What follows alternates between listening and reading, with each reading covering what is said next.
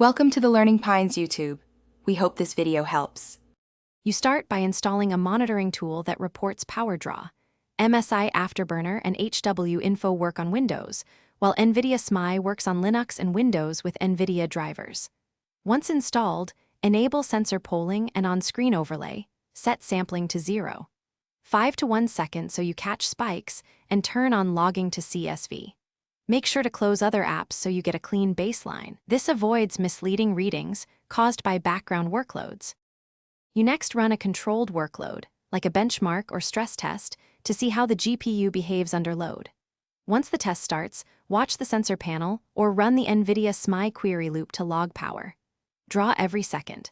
Pay attention to power draw alongside power limit and GPU clock so you understand why wattage moves, clocks, and utilization drive power. If values jump, note whether they hit the power limit or track with temperature. That tells you whether power, thermals, or clocks are You finish by saving the CSV logs from your monitoring tool and scanning for average, peak, and sustained wattage. Plotting the log makes spikes obvious. Once done, adjust the GPU power limit or fan curve to test how wattage reacts, then rerun the workload to confirm the effect. If you get no readings, check driver installation, sensor permissions, or try an alternative monitor.